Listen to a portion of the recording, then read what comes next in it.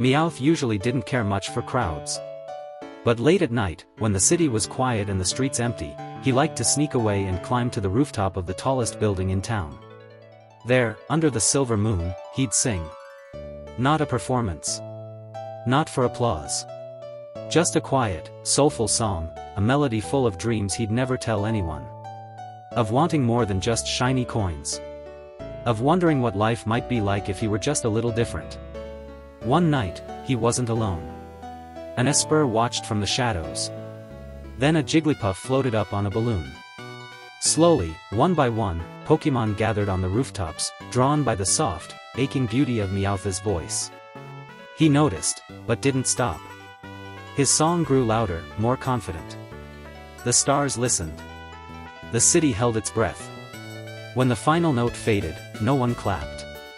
No one spoke. They simply nodded, smiled, and slipped away. Meowth stood there, eyes closed, a soft breeze ruffling his fur. That night, he didn't feel lonely. That night, the city had heard him. Rowlet had always been a little unsure of himself. While other flying Pokémon soared through the skies with grace, he struggled just to keep his balance. He preferred napping in tree hollows or hiding under his trainer Leo's hat. But one night, something changed. Leo couldn't sleep and wandered outside, noticing the stars glowing brighter than ever. "Come on, Rowlet," he whispered. "Let's see the sky." They walked to a tall cliffside. The wind blew gently. The moon hung full and heavy in the sky. Rowlet looked up and trembled. He flapped once, then again. Slowly, shakily, he lifted into the air. He didn't soar. Not at first. But he glided. Then drifted higher. Then caught a current. And suddenly, he was flying. Truly flying. Higher than he ever had before. He twirled under the moonlight, letting out a joyful cry. The wind no longer scared him. It carried him. From below, Leo cheered, his voice echoing in the night. When Rowlet landed softly beside him, out of breath but beaming, Leo gave a gentle pat. "You did it, little guy." Rowlet blinked up at the stars. They didn't feel so far away anymore. No one expected Psyduck to be a detective. After all, his confused stare and constant head-holding didn't inspire confidence.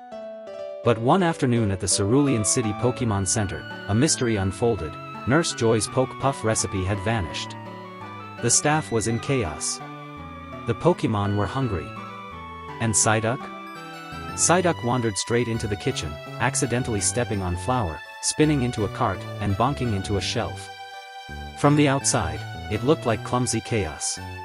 But as he stood there, dazed, a vision formed in his mind, a faint memory of Meowth sneaking in earlier and pocketing a notebook. Was it just a headache, or a clue? Psyduck waddled out of the kitchen and followed his hunch. Down the hall, behind the vending machine, he found a trail of frosting, and Meowth, caught red-handed with crumbs on his whiskers. When Psyduck returned with the recipe, the staff blinked in shock. "You solved the case?" Psyduck simply blinked, tilted his head, and let out a soft "Psyyyy." As if he didn't know how he did it either. That day, Psyduck earned a new title. Honorary Detective of Cerulean City, complete with a tiny hat.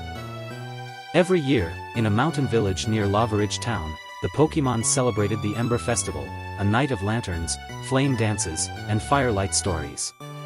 But Torchic, the youngest of the group, wasn't invited to perform. "You're too small," said Combusken. "Maybe next year." Torchic sulked by the edge of the celebration, her tiny flame barely flickering. But as the sky darkened, a strong wind blew in. The main fire that lit the festival sputtered, then died. The larger fire Pokémon panicked. They tried reigniting it, but the gusts were too strong. Torchic watched, then took a breath. Her heart pounded. She darted forward and stood in front of the fire pit. With a trembling chirp, she focused all her energy. Whoosh, a single, steady flame erupted from her beak, small but pure. The elders watched in awe. Slowly, carefully, they used her flame to reignite the fire. The celebration roared back to life. That night, as lanterns floated into the sky, Torchic danced at the center. No longer too small, no longer forgotten. Just bright enough to light the night. Deep in the Viridian forest, Bulbasaur had a favorite spot, a sunny clearing where wildflowers bloomed and butterflies danced. It was peaceful, quiet, and full of life. Every morning, Bulbasaur watered the plants using the dew collected in his bulb. He called it his secret garden.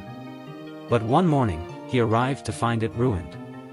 A group of careless campers had trampled the flowers, left litter scattered everywhere, and even burned part of the grass for their fire. Bulbasaur's heart sank. He spent hours nudging broken stems upright, burying scorched patches with fresh soil, and dragging away scraps of trash with vines. Still, it didn't look the same. He almost gave up, until a young Chikorita wandered in and started helping. Then a shy Bellsprout joined, followed by an Oddish, and even a Butterfree who sprinkled the soil with sparkling powder. Together, they replanted seeds and encouraged new sprouts to grow. Day by day, the garden began to come alive again. Stronger. Wilder. More colorful than before. One morning, Bulbasaur opened his eyes and saw a sea of blossoms waving in the breeze, with Pokémon of all shapes and sizes gathered peacefully. The garden had returned, not because of magic, but because someone cared enough to rebuild it. And that made it even more beautiful.